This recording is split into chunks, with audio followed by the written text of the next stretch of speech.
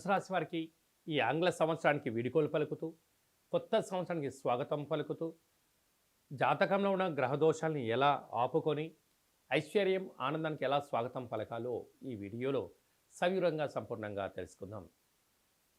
ధనుసు రాశిలో ఏ నక్షత్రాలు వస్తాయిగా మూలా నక్షత్రంలోని 4 పాదాలు, పూర్వాషాఢ నక్షత్రంలోని 4 పాదాలు, ఉత్తరాషాఢ నక్షత్రంలోని 1 పాదం కలిపితే ధనుసు రాశి.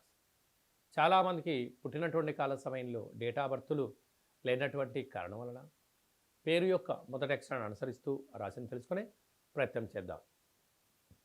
ఏ, యో, బా, బి, బు, ధ, బా, డా, బే అక్షరాల వారందరూ కూడా ధనుసు రాశి జాతకులు.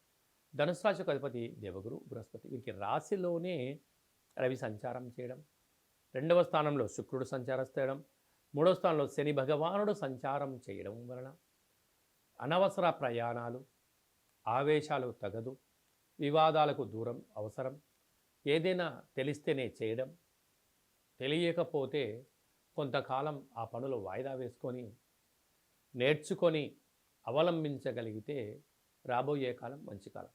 అర్ధాష్టమ రాహు మీ జాతకంలో ఈ సంవత్సరంలో ఆంగ్ల సంవత్సరంలో చివరి ఆదివారం సోమవతి అమావాస్య సందర్భంగా, అలాగనే మంగళవారం అమావాస్యతో కూడుకున్నట్టు అవడం వలన ఆ రాహు పొంచి ఉండడం వలన నరాల బలహీనత, అనారోగ్యము, యంత్రాలతో, ఆయుధాలతో, పోలీస్ స్టేషన్లు, కోర్టు బెట్లతో మీకు పనిపడే పరిస్థితి ఉంది.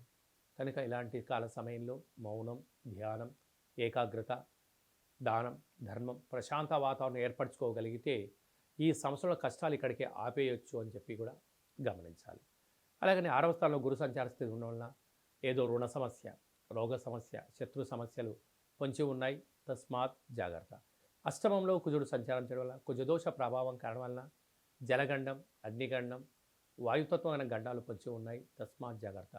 ఇలాంటి కాల సమయంలో ఏం చేయగలగాలి అన్నట్లయితే మనము ఒక గ్లాసు బియ్యాన్ని అన్నంగా ఏర్పాటు చేసుకొని అందులో పసుపును బాగా కలిపి అందులో ఒక నిమ్మకాయని ఏర్పాటు చేసుకొని వీటిని దుర్గామాత దగ్గర అమ్మవారికి నైవేద్యంగా పెట్టి కొద్ది భాగాన్ని తీసి దిష్టి తీసి ప్రవహించే నీటిలో వేయడం, కుక్కలకు ఏర్పాటు చేయడం వలన అంతర్గతమైన బహిర్గతమైనటువంటి సంఘర్షణకు సంబంధించిన దోషాలు తొలగిపోయి ఈ సంవత్సరంలో జరిగినటువంటి చెడు అన్నిటికీ ఒక బలిహరణ అని చెప్పి గమనించాలి.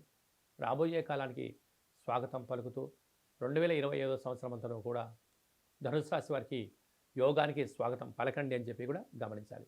అలా కుదరలేదు, ఈ కింద మనం సంప్రదించండి, మీకు వీడియో కాల్ ద్వారా కార్యక్రమాన్ని చేయించి ఈ కష్టాలకు స్వస్తి పలుకుతూ ఐశ్వర్యం స్వాగతం ఎలా పలకాలో తెలియజేయడం జరుగుతుందని చెప్పి కూడా గమనించాలి.